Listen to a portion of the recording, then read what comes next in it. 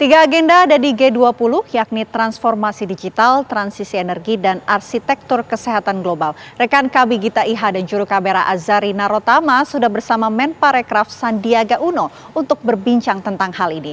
Gita, silahkan. Ya, benar sekali Vena dan juga pemirsa. Sekarang saya sudah berada dengan Menteri Pariwisata dan Ekonomi Kreatif. Selamat sore Pak Menteri. Selamat sore, terima kasih TV One. Sama-sama Pak. Pak, ini salah satu yang masuk dalam pembahasan KTT G20 adalah arsitektur kesehatan. Bagaimana dari Kementerian Pariwisata dan Kesehatan dalam harmonisasi, standarisasi protokol kesehatan global untuk memenuhi pemulihan ekonomi kita Pak? Ya, ini menjadi poin yang sangat penting yang dibahas untuk pemulihan Recover Together, Recover Stronger. Dan dalam pembahasan ini harus ada kesepakatan, harus ada pemahaman yang sama bahwa kita harus lebih menyiapkan dan memperkuat arsitektur kesehatan global. Dan disitulah peran dari negara-negara G20 untuk memberikan suatu solusi kepada dunia, termasuk tentang pemerataan dari respon terhadap pandemi, baik pandemi yang sekarang masih ada di tengah kita maupun ya mudah-mudahan tidak terjadi kalau ada pandemi lainnya. Dan ini pemahaman dan kesepakatan ini akan menjadi kunci dari pembahasan sore ini, dan kita berharap, kita optimis akan ada suatu terobosan yang akan memperkuat arsitektur kesehatan global, dan Indonesia tentunya memiliki kontribusi. Pariwisata tidak akan bergerak tanpa ada kesehatan yang bisa terkendali, dan Indonesia bangkit pariwisatanya karena kita bisa mengendalikan pandemi dengan baik. Vaksinasi yang dilakukan oleh Bapak Presiden cepat tereksekusi, sehingga akhirnya tahun ini kita target kepulihan kita bisa dapat tercapai, dan lapangan kerja yang kemarin ada sekitar 1 juta lapangan kerja hilang, tahun ini berkat kesehatan bisa terkendali, pandemi bisa diatasi. Sekarang total lapangan kerja yang akan dicetak di tahun 2022 ini adalah sebanyak 1,1 juta. Oleh karena itu kita akan menunggu pembahasan dalam beberapa jam ke depan dan beberapa sesi ke depan. Kita harapkan tentunya kesehatan global ini akan mendapatkan titik temu, sehingga negara-negara G20 bisa menyiapkan arsitektur kesehatan global yang lebih baik.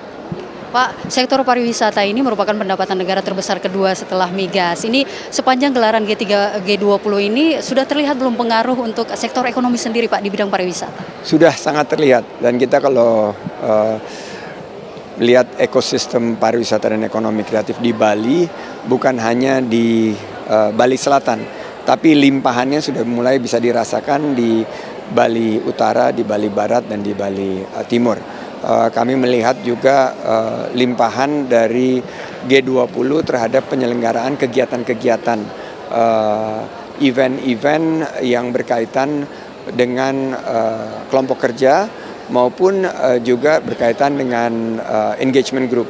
Dan disinilah peran dari para pemimpin dunia, terutama pemimpin bisnis dan pemerintahan, bisa memastikan bahwa G20 ini bukan hanya sukses dari segi jumlah banyaknya datang wisatawan ke Bali dan ke Indonesia, tapi juga dampak kepada UMKM, dampak kepada penciptaan lapangan kerja, dampak kepada masyarakat yang ada di kelas menengah bawah yang sangat terdampak pandemi 2 tahun ini. Saya sangat berharap kita bisa dengan adanya G20 ini meningkatkan pendapatan masyarakat, meningkatkan kesejahteraannya, dan memperbaiki taraf hidupnya.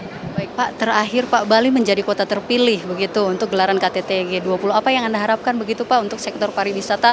Tentunya Bali semakin terkenal begitu dengan ajang ini Pak. Ya, kami menawarkan 5 destinasi super prioritas untuk para delegasi memperpanjang kunjungannya ke Indonesia. Danau Toba, Borobudur, Mandalika, Labuan Bajo, dan Likupang siap untuk menerima mereka. Dan kami juga menawarkan bukan hanya lama tinggalnya, tapi juga berbelanja produk-produk ekonomi kreatif yang kita miliki.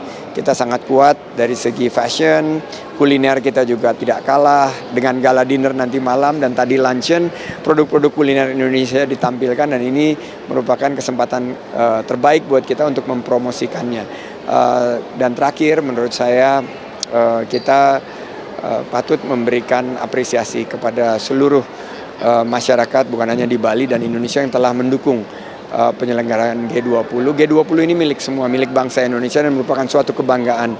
Saya tadi merinding melihat bahwa Presiden Jokowi memimpin 20 negara-negara besar dari segi ekonominya dan menunjukkan bahwa Indonesia negara besar, kita menunjukkan kepemimpinan kita sanggup untuk menyelenggarakan dan mudah-mudahan terobosan-terobosan tadi di bidang kesehatan, di bidang digitalisasi dan di bidang keberlanjutan lingkungan bisa kita hadirkan.